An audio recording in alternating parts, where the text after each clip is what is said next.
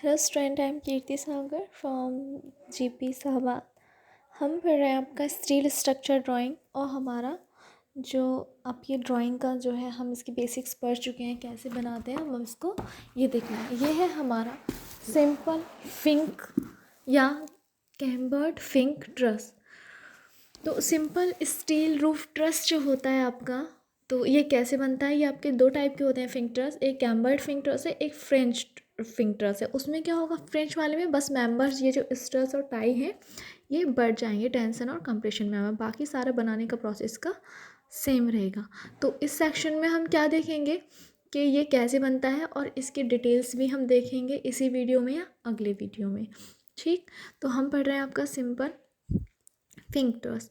तो देखिए इसमें क्या होता है, इसको बनाने के दो तरीके हैं। एक तो क्या है, आप टाई बीम से बना सकते हो, सेंटर लाइन लेके आप टाई बीम बनाएं पहले और फिर इसको वॉल पे रेस्ट कराएं, और यही तरीका बेस्ट रहता है। तो इसमें हम क्या करते हैं, देखिए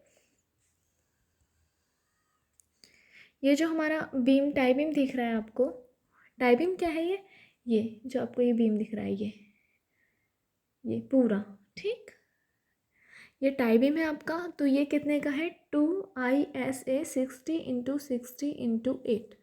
तो इसका मतलब क्या है, 2 एंगल 60x60x8। ठीक, तो ये कैसे बने होंगे दो एंगल,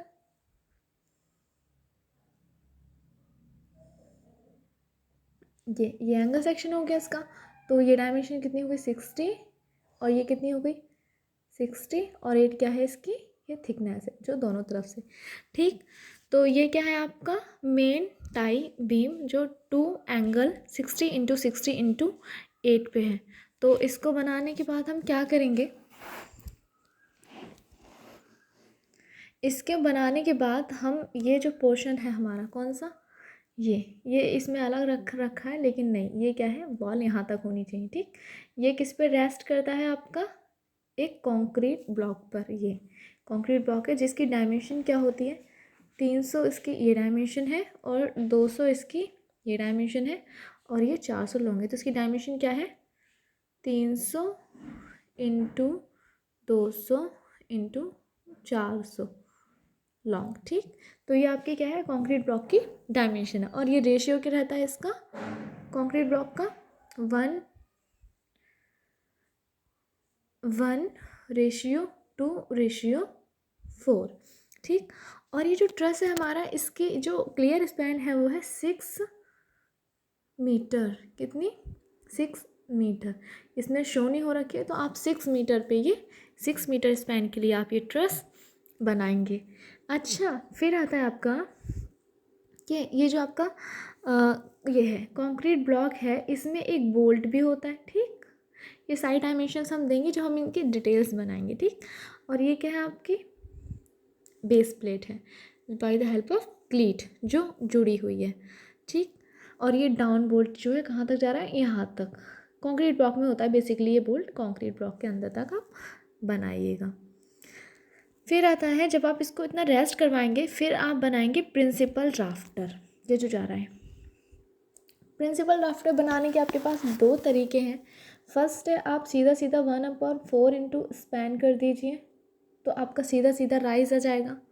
कौन सा राइज आ जाएगा आपके पास, क्या होता है राइज, राइज मीन्स ये हाइट आ जाएगी आपके पास। कैसे, आप 1/4 इंटू स्पैन आप जब करेंगे तो आपको ये हाइट मिल जाएगी।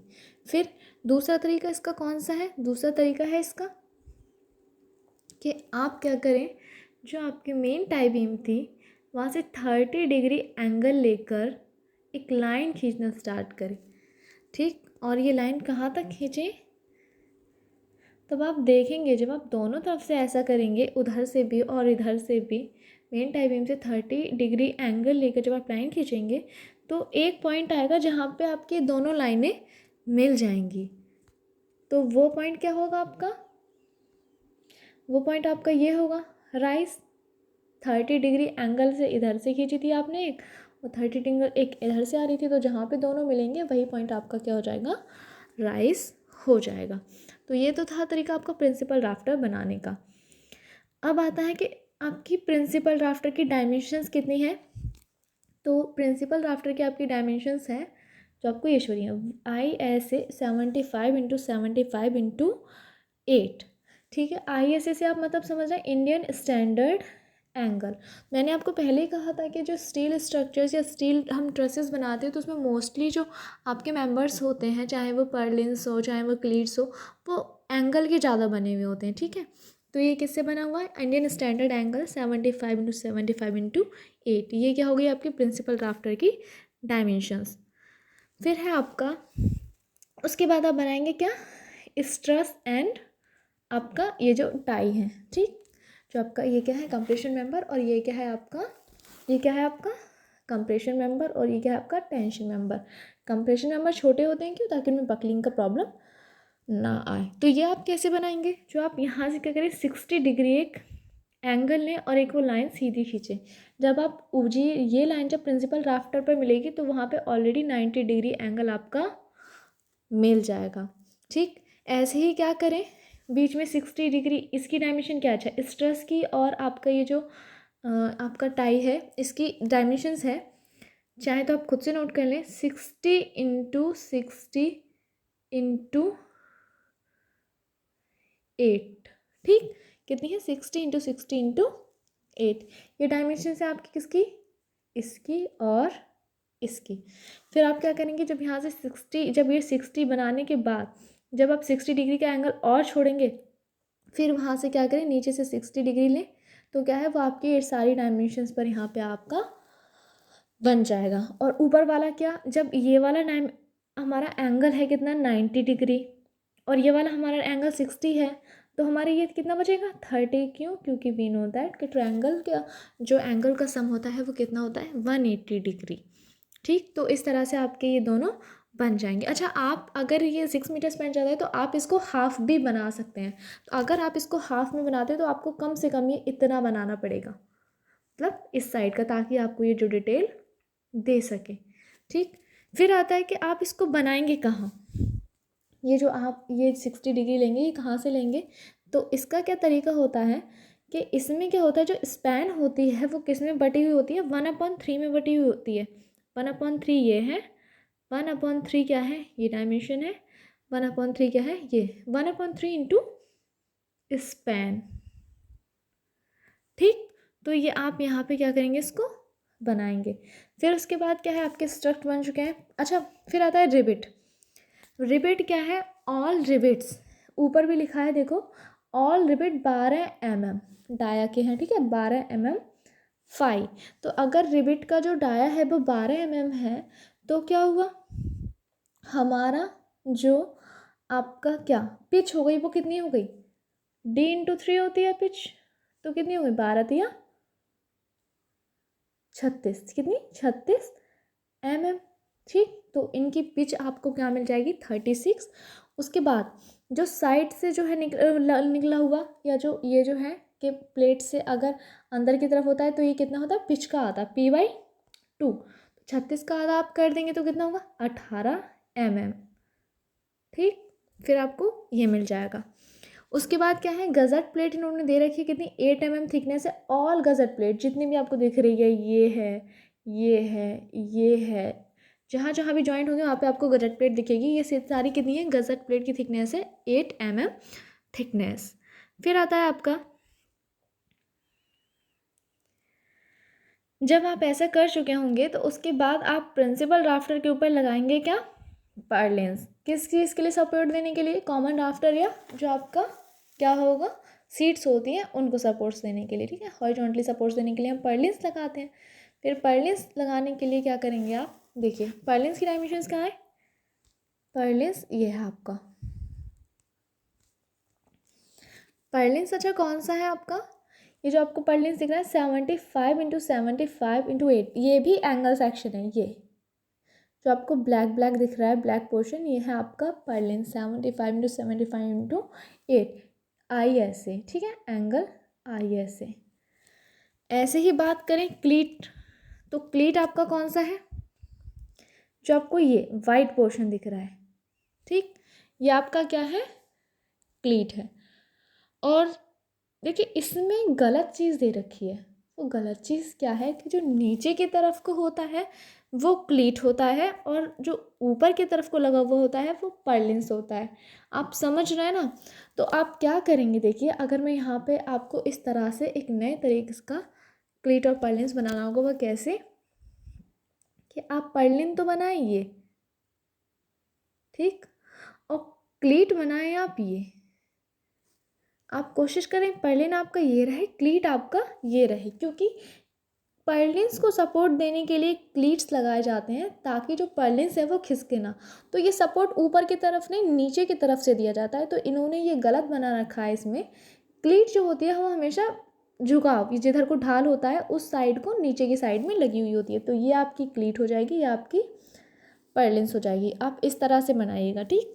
फिर आता है आपका कि ये जो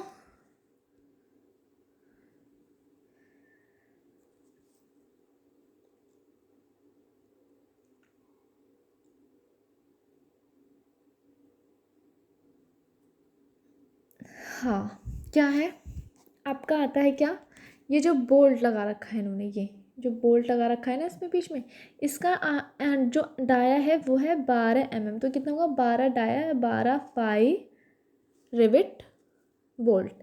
फिर आता है आपका, इसमें इन्होंने क्या दे रखा है,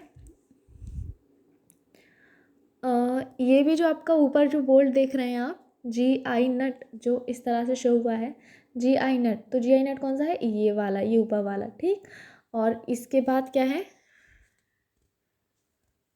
GI कप वॉशर। तो जब आप जे हुक का आपने पढ़ा होगा अगर ठीक से, अगर आपने स्टील स्ट्रक्चर ड्राइंग का फर्स्ट लेक्चर लिया है, सेकंड लेक्चर लिया है, तो उसमें आपने जे हुक पढ़ा होगा।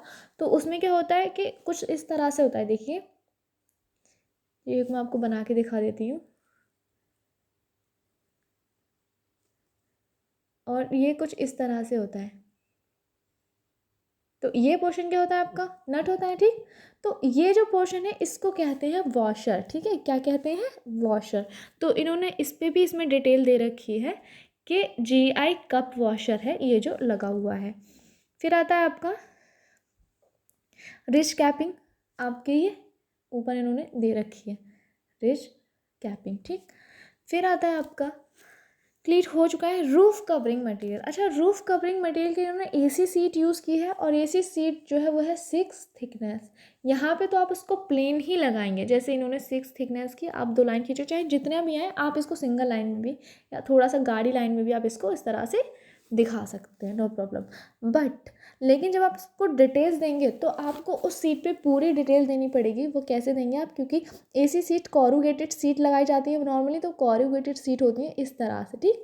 तो कॉरुगेटेड में कॉरुगेट क्या होता है, ये कॉरुगुलेशन इसको बोलते हैं, जो ये दिख रहे हैं आप, ठीक। और इसको भी पिच बोलते हैं, यहाँ पे इनसे के बीच की जो डायमेंशन होती है उसको बोलते हैं पिच, ठीक। तो वो क्या होती है, GI शीट, जब आप डायमेंशन सॉरी जब आप डिटेल्स में दिखाएंगे तो आप इस तरह से उसको मेंशन करेंगे। फिर आता है एंगल्स हो चुके हैं, पर्लिन्स हो चुके हैं, प्लीट्स हो चुके हैं, प्रिंसिपल राफ्टर हो चुका है, स्ट्रट हो चुके हैं। तो ऑलमोस्ट हमारा ट्रस बन चुका है।